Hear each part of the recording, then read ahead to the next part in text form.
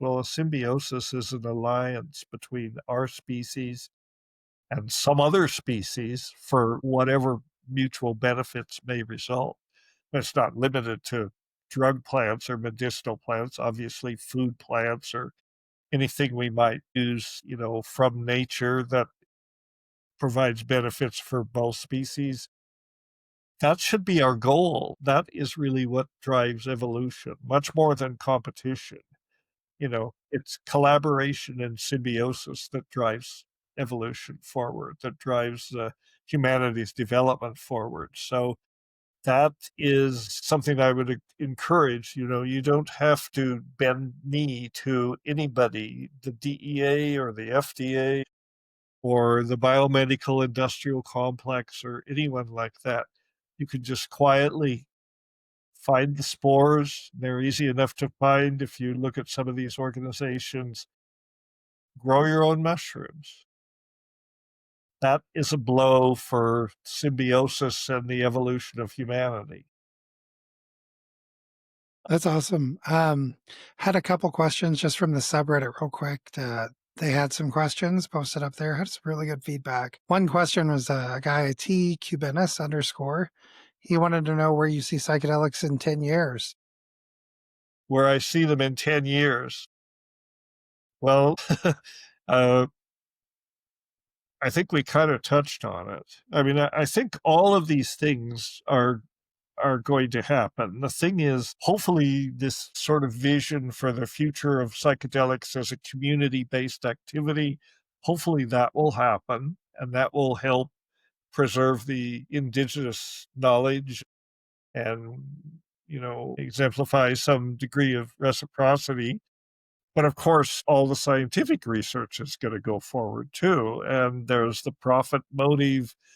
The pharmaceutical companies are starting up. There are startup pharmaceutical companies. They all expect to create the next big psychedelic or discover new compounds.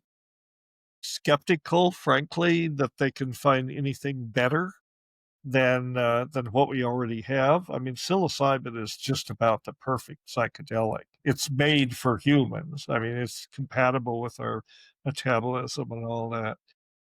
But that said, the scientific work is going to go on whether I want it to or not. I have no influence on it. And some good things may come out of it. I don't so much think, well, something like Ibogaine is a good example. Ibogaine is a natural compound from an African plant. And it's been known for a long time for the treatment of addiction. But it turns out some of this more recent work that's emerging it's much more than that. It's some kind of a global cerebral reset for the entire brain. So they're talking about it can be applied. It's beneficial for things like traumatic brain injury and even Parkinson's and some of these neurocognitive deficits. Ibogaine can actually reset systems in the brain. A lot of the psychedelics do. Psilocybin does this too. But Ibogaine seems to work in some areas that it doesn't. So I think it's that needs to be followed up. Ibogaine has some drawbacks. There are issues around its toxicity, but this is nothing that medicinal chemists can't address. So I think that new compounds will come on and new therapeutic modalities will emerge into biomedicine. The question is, who's going to pay for it? And will insurance companies pay for it? And all of those complicated questions that have to be resolved at the same time, and they should be resolved and they should be discussed. But at the same time, you can just quietly have your little mushroom patch in the backyard or in your back closet and you're good. You've got that symbiotic relationship going and stick with that.